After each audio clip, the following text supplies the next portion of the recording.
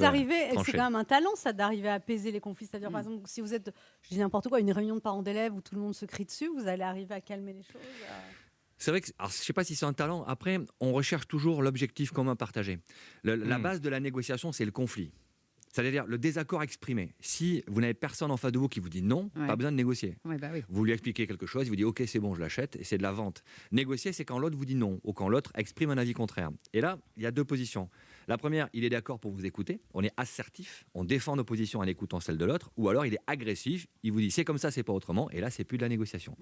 Donald Trump est un très mauvais négociateur, Oui, mais il obtenait du résultat. Pourquoi? Parce qu'il avait le rapport de force. c'est Ah ça, oui. c'est la pression. Bien en fait. sûr, l'un bien ou sûr. l'autre. Et ça, c'est pas de la négo. Ça tue l'image de la négo que de dire que c'est de la négociation. Non, la négociation, c'est considérer discussion. absolument et considérer que le point de vue de l'autre peut être entendu et qu'avec lui, je peux construire quelque chose. Mais alors comment ça se fait que vous avez divorcé 2 fois?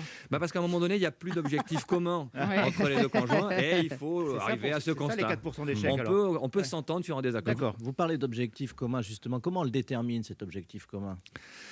Dans certains cas, c'est assez simple, assez évident. Vous êtes sur une négociation d'entreprise, par exemple, Oui. et vous devez reconstruire une entreprise ou faire un plan social. La survie de l'entreprise, le maintien des emplois, c'est ce que tout le monde accepte finalement. Et c'est pour ça que ces négociations sont généralement constructives.